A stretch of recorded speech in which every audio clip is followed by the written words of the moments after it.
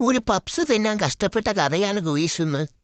ഇവിടെ വന്നതിന് ശേഷമാണെങ്കിൽ പപ്സ് എന്ന് പറയുന്ന സാധനം കണ്ണി കാണാൻ കൂടിയില്ല.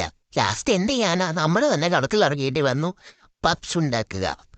അത്ര വലിയ കുക്കൊന്നും അല്ലെങ്കിൽ ഒരു പപ്സ് ഉണ്ടാക്കാനൊക്കെ എനിക്കറിയാം.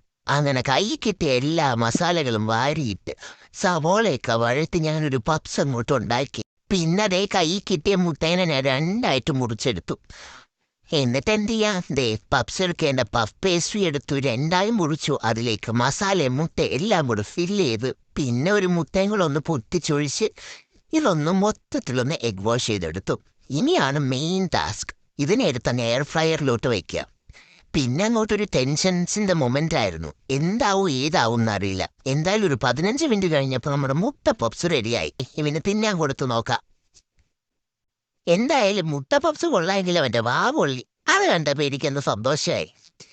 എന്തായാലും വാ പൊള്ളിയല്ല, എന്താ നല്ല രുചിയുള്ള മുട്ട പപ്സ് കഴിക്കാൻ പറ്റി.